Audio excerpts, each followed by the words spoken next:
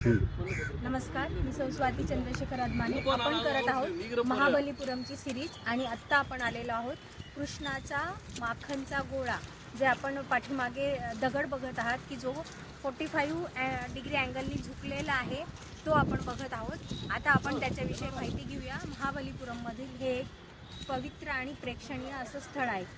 चला आपण आता ते बघूया. नमस्कार, आत्ता आपण आहोत महाबलीपुरम येथील कृष्णाच्या लोण्याच्या गोळ्याजवळ. याला म्हणतात कृष्णाज बटरबॉल.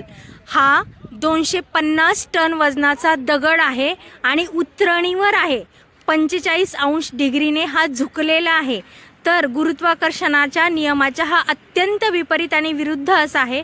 असं म्हणतात ही भगवंताची लीला आहे की उतरणीवर ठेवलेला कुठलाही दगड, कुठलाही चेंडू घसरून खालीच येतो, परंतु हा गेली कित्येक शतकं असाच स्टेबल आहे.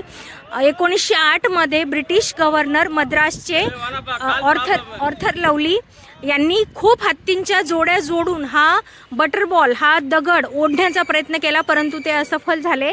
तर असं म्हणतात की ही श्रीकृष्णाची लीला आहे. उतरणीवर कुठलाही दगड, इतक्या प्रचंड वजनाचा दगड हा राहू शकत नाही. तो घरंगळून खाली आलाच पाहिजे, परंतु तो येत नाही आहे आणि गेले कित्येक शतकं हा असाच इथे स्टेबल आहे.